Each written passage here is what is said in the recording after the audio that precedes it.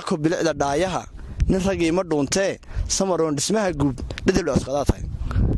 waxaan kusoo dhaweynaynaa halkan annagoo isugu jirna bahdii ciyaaraha kala duwaneyd orodada kubadda cagta dadkii kubadda hore soo ciyaari jiray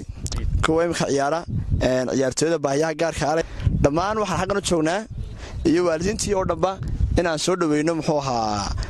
shakhsi aad noogu qaaliya Samaroon Cabdilaahi Cilmi si aan ugu soo dhaweyno farxadda uuna la qaybsanno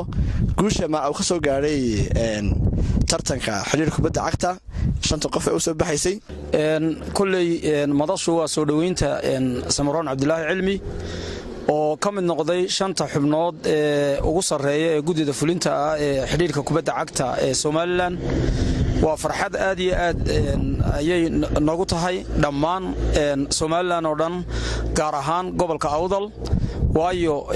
shakhsi ku suntan waxqabad dhiirigelin horumar isboorti ayaa kaalintaasi ka soo muuqday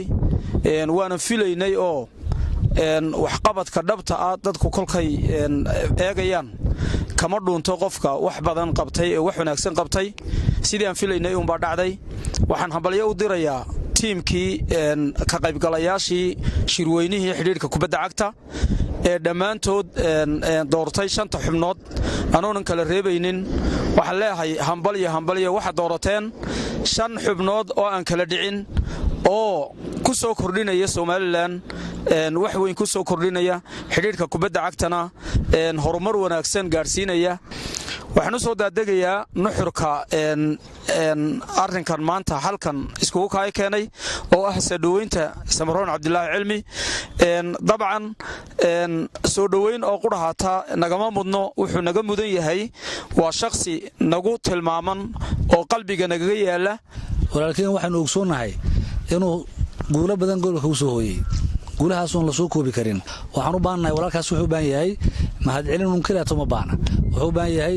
inaan aad iyo aad aan ula shaqeyno oo amalka maanta soo kordhay ee guusha uu ka keenay waxa qof loo doortay inuu halkii uu ku suntanaa inuu wax ka muujiyo marka Samaroon wax leenaga raba insha Allah taala inagoo gacmo haysanna inaan iska rab taagno amalka uu noogu soo guuleystay gobolka dhan buu guushaas u soo hooyay waxaan xasuustaa maalinka dhalinyartu ay tagaysay Djibouti waxa yimid ilaa wasiirkii isboortiga yimid iyagoo awood u waayay inay wax fara badan qabtaan waxay maalinta ku gorgortamayeen bal cid uu qoladan xiriirka Samaroon uu naga daro iyaguna ha soo bartaan dalka oo dalbarad ha ku tagaan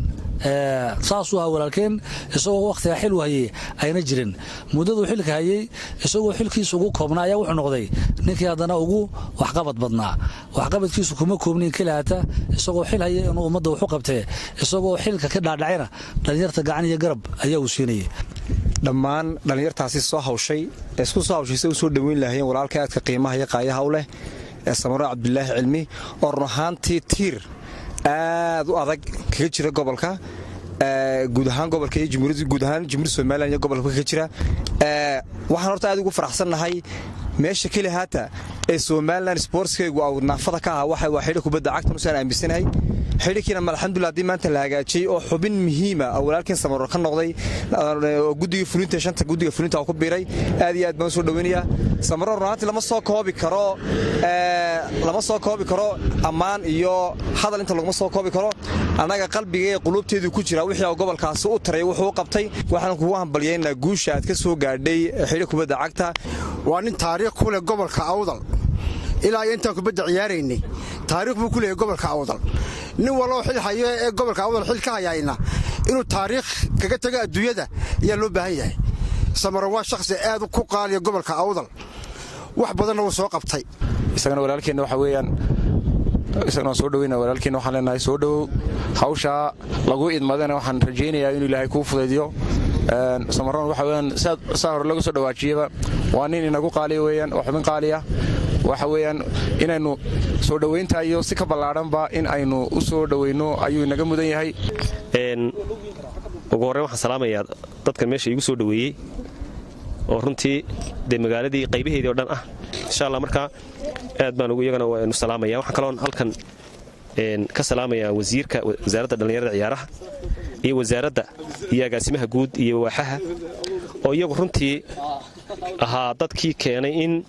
xidhiidhku noqdo xidhiidhka kubadda cagta Somaliland noqdo. haddaan in yar ka warramo hawshan dee laygu soo dhaweeyey markii hore xidhiidhku runtii wuu jirayay dee ilaa in muddaaba ilaa 2004 wuu jirayay xidhiidhada kubadda cagta kubadda kolayga ciyaaraha fududintuba way jireen laakiin qabya iyo ahay runtii oo masalan maanta xidhiidhka la doortay wuxuu noqday maaragtay xidhiidh de Somaliland oo dhan ah marka insha Allah inkastoo aanu la wareegin wali xilkii de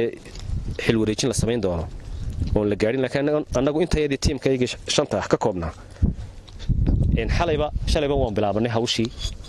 waayo de wax fadhiyo oo meesha noo yaalay ma jirto marka hore inaan fadhino isku maanu imanin wixii qabyaan baa la hagaajin wixii saxsanaana waa la sii wadi insha Allah oo xidhiidhadii horena la xumayn maayo iyagoo way la soo tacaalay waqtiyadoodii oo meel bay soo gaarsiiyeen laakiin wixii qabyaha oo badnaa yaa in la sax mudan insha Allah hadal badan kulleeyde hawl badan baa na sugaysa talooyin waa la iniga rabaa oo gobolka kormeer baan ku soo mari doonaa si aan horta intaanan de la hawl galin waa in baahiyaha la qoro